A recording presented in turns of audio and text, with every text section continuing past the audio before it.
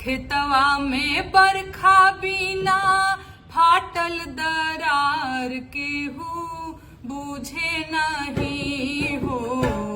9 साल में जाने का कैले सरकार केहू बूझे नहीं। 9 साल में जाने का कैले सरकार केहू बूझे नहीं। भादो आषाढ़ चाहे जेठ के घाम केहू बूझे नहीं। भादो आषाढ़ चाहे जेठ के घाम केहू बूझे नहीं हो। 12 महीना नहीं करे आराम केहू बूझे नहीं। खेतवा में रोपनी किसनवा करेला हो। यूरिया के दाम सुन करे जा जरेला हो। केहू साहेबवा की हाँ कैसे साहेबवा की हाँ भेजी पैगाम केहू बूझे नहीं। कैसे साहेबवा की हाँ भेजी पैगाम केहू बूझे नहीं हो। 12 महीना नहीं करे आराम केहू बूझे नहीं।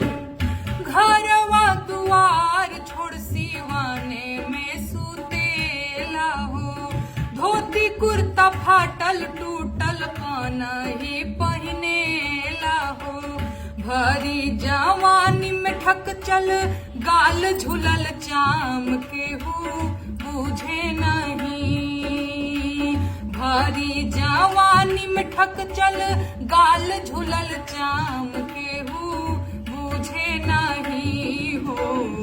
12 महीना नहीं करे आराम केहू बूझे नहीं।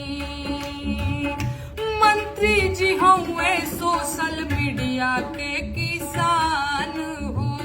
फेसबुक पे बोवेले गेहूं और धान हो। कुर्सी पे बैठ के ट्वीट करे सुबह शाम केहू बूझे नहीं। कुर्सी पे बैठ के ट्वीट करे सुबह शाम केहू बूझे नहीं हो। 12 महीना नहीं करे आराम केहू बूझे नहीं। खेतवा में बरखा बिना फाटल दरार केहू बूझे नहीं हो। 9 साल में जाने का कैले सरकार केहू बूझे नहीं। 9 साल में जाने का कैले सरकार केहू बूझे नहीं। 9 साल में जाने का कैले सरकार केहू बूझे नहीं।